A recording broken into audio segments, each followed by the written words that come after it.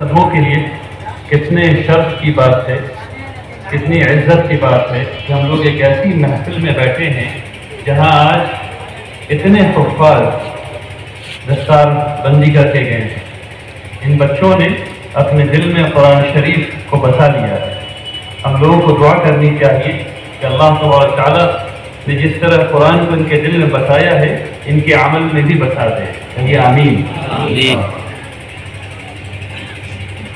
اسی طرح یہ سعادت کی بات ہے میرے لیے بھی اور آپ کے لیے بھی کہ ہم لوگ ایسی مجلس میں بیٹھے ہیں جس میں اللہ کی توفیق سے آج ہم لوگ دارالقضا کی ایک نئی برانچ کا افتتاح کرنے جا رہے ہیں۔ سبحان اللہ و بحمدہ، سبحان اللہ العظیم۔ مجھے بہت احساس ہے کہ آپ میں سے بہت لوگ بہت دھوپ میں بہت دیر سے بیٹھے ہوئے ہیں، اس لیے بات بہت لمبی کی جائے ضروری نہیں ہے، بات دل تک پہنچنی چاہیے۔ میں کوشش کروں گا کہ چھوٹی بات کروں تاکہ خاص کر کے یہاں پر جو لوگ بیٹھے رہے ہیں دھوپ میں ان کو تھوڑی آسانی پیدا ہو جائے میرے کم کلام کرنے سے۔ دیکھیے، اپنی بات کو شروع کرنے سے پہلے میں شکریہ ادا کرنا چاہتا ہوں حضرت مولانا عقیل الرحمان صاحب کا، جناب ماسٹر نسیم احمد صاحب کا، جناب ماسٹر صدیق اکبر صاحب کا، جناب مولانا محمد یاسین صاحب رحمانی کا، جنہوں نے مجھے دعوت دی اور جنہوں نے یہاں اس مدرسے میں دارالقضا کے قیام کو ممکن بنایا۔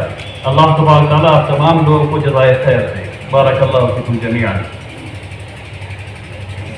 یہ تقریب دارالقضا کے سلسلے میں ہے، تو چند باتیں دارالقضا کے سلسلے میں۔ اگر آپ اپنے بھائی سے وعدہ کرتے ہیں، کوئی بھی وعدہ کرتے ہیں اور اس کو نہیں نبھاتے ہیں یا آپ کا بھائی نہیں نبھاتا ہے تو آپ کیا کہتے ہیں اس کے بارے میں؟ وعدہ خلاف ہو گیا، ٹھیک ہے نا، وعدہ خلاف ہو گیا۔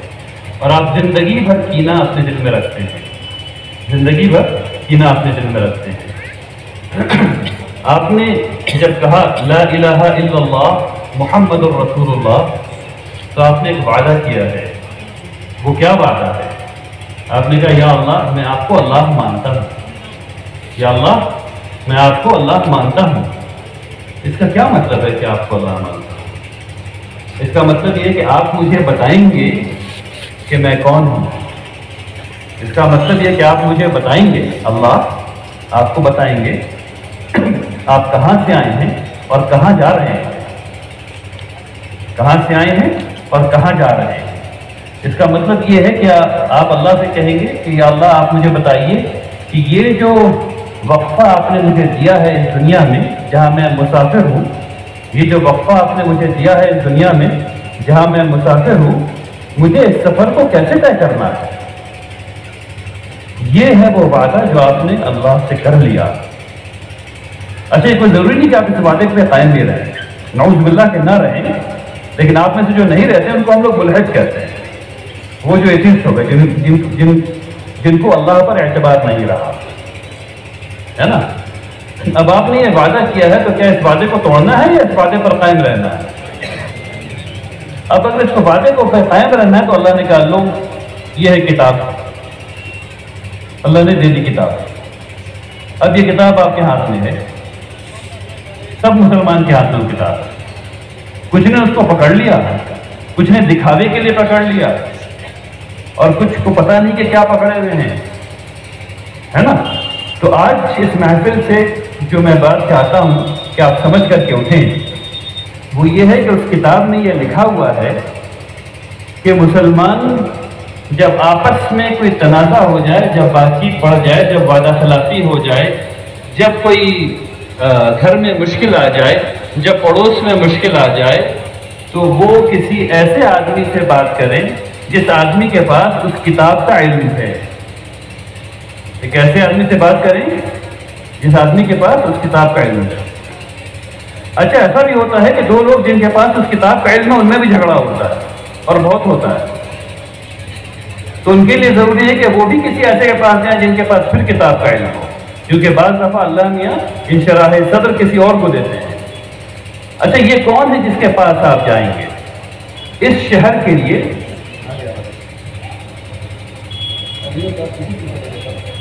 اس شہر کے لیے ابھی یہ جو ہمارے قاضی ہیں وہ حضرت مولانا مفتی یونس صاحب، یہ وہ صاحب ہیں جو اللہ تبارک تعالیٰ نے آپ لوگوں کو دیا ہے، جو آپ سے عمر میں چھوٹے ہیں کچھ سے بہت زیادہ اور کچھ سے عمر میں بڑے ہیں، لیکن ان کے پاس جو چیز ہے وہ ہے قرآن کا علم، ان کے پاس جو چیز ہے وہ ہے حدیث کا علم، ان کے پاس جو چیز ہے وہ ہے فقہ، انہوں نے اس چیز کو پڑھا ہے۔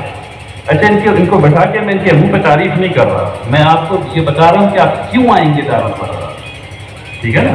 اور بٹھایا اس لیے تاکہ آپ سب لوگ ان کے چہرے کو دیکھ لیں، پہچان لیں انشاءاللہ، ٹھیک ہے نا؟ تو آپ نے پان کی دکان کی ہے اور آپ نے کسی سے قرضہ لے لیا ہے، اس قرضے میں آپ نے اس کو کیا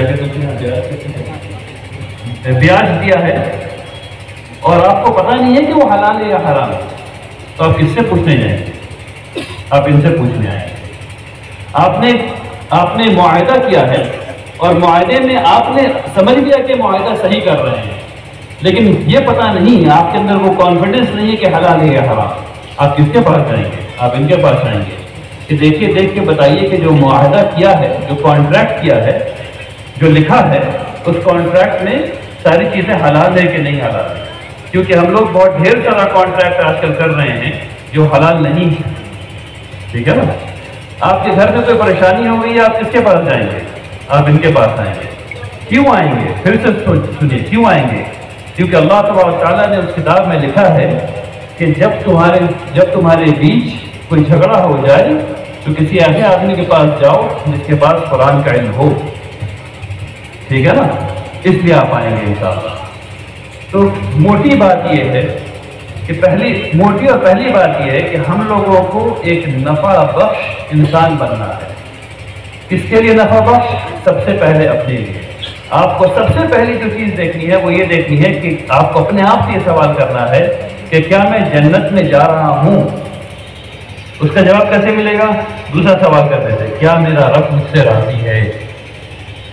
اگر آپ کی نیت سے اور آپ کے اعمال سے آپ کو پتہ چلے گا یہاں رسول اللہ صلی اللہ علیہ وسلم کی حدیث ہے کہ سب سے پہلی بات جو انسان کو پتہ چلتی ہے وہ اس کے دل میں پتہ چلتی ہے۔ جب دل، آپ کوئی کام کر رہے ہیں، کوئی نیت کر رہے ہیں اور دل میں کچھ کچوٹ ہو تو آپ کو سمجھ لینا چاہیے کہ وہ آپ کے لیے گناہ ہے۔ تو جیسے ہی کچوٹ ہو وہ رک جائیے۔ آپ کو سب سے پہلے اپنا رشتہ اللہ سے بہتر کرنا ہے۔ دارالقضا اسی کی ایک کڑی ہے، کیونکہ آپ نے اللہ کے حکم پہ عمل کیا۔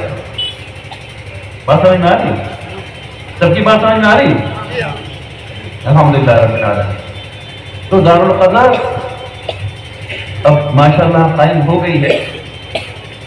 آپ میں سے بہت سے لوگ دارالقضا اس لیے نہیں آئیں گے کیونکہ بیٹی کا معاملہ ہے، کیسے جائیں؟ کیونکہ بیٹے کا معاملہ ہے، کیسے جائیں؟ عزت کا معاملہ ہے۔ آپ کو یہ طے کرنا ہوگا کہ آپ کو آپ کی عزت پیاری ہے یا اللہ کی محبت پیاری ہے۔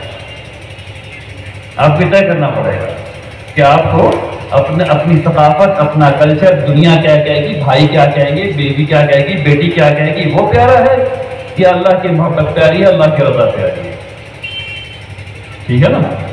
ہم لوگ اپنے اپنے سماج میں جکڑ گئے ہیں، اس سے باہر نکلنے کی ضرورت ہے۔ ہم کو ایک نئے قسم کے سماج کو بنانا ہے۔ کون سا سماج؟ جو اسلامی تعلیمات پر مبنی ہو، جو سب سے پہلے یہ دیکھے کہ یہ جو میں کر رہا ہوں اس سے میں جنت میں جا رہا ہوں یا نہیں جا رہا ہوں، سب سے پہلے۔ کیونکہ قرآن شریف میں ایک آیت ہے جو دل ہلا دیتی ہے۔ بعد اعوذ باللہ من الشیطان الرجیم، قرآن شریف میں ایک آیت آئی ہے، یوم یفر المرء من اخیہ وامہ وابیہ وصاحبتہ وبنیہ۔ ایک بہت جلد ایک وہ دن آنے والا ہے، یوم یفر، ایک بہت جلد ایک دن آنے والا ہے جب تم بھاگو گے ایک دوسرے سے۔ کون کس سے بھاگے گا؟ بھائی بھائی سے بھاگے گا، بچہ باپ اور ماں سے بھاگے گا۔ کوئی کام نہیں آنے والا، کوئی کام نہیں آنے والا۔ وہ تمام چیزیں جو ہم لوگوں نے بنا رکھی ہیں نا دنیا میں، وہ کیا کہیں گے، بھائی صاحب کیا کہیں گے، بہن کیا کہیں گی، یہ سارے لوگ چھوڑ کے بھاگنے والے ہیں، بہت تیزی میں بھاگنے والے ہیں۔ تو رہ کیا جائے گا؟ آپ کی نیت اور آپ کا عمل۔ انما الاعمال بالنیات۔ آپ جو کر رہے ہیں اس کو بغیر دکھائے ہوئے کیجیے، جو کر رہے ہیں اس کو دکھانے کی نیت کے بغیر کیجیے، تب اللہ سے رشتہ اچھا ہوگا۔ اچھا، یہ ساری اچھی اچھی باتیں ابھی 5 گھنٹے تک آپ لوگوں نے سنی ہیں، اس میں سے جو چیز یاد رکھنے والی ہے، اگر ایک چیز کو یاد رکھنی ہے وہ صرف یہ اللہ کی رضا، اللہ کی رضا، ہر کام کو کرنے سے پہلے اللہ کی رضا، اس کام کو کرنے سے اللہ کی رضا حاصل ہو رہی ہے یا نہیں ہو رہی ہے؟ اگر جو ہو رہی ہے تو ٹھیک، اگر جو نہیں ہو رہی اس کو وہیں پہ چھوڑ دینا ہے انشاءاللہ۔ ٹھیک، وقت ہو گیا ہے اور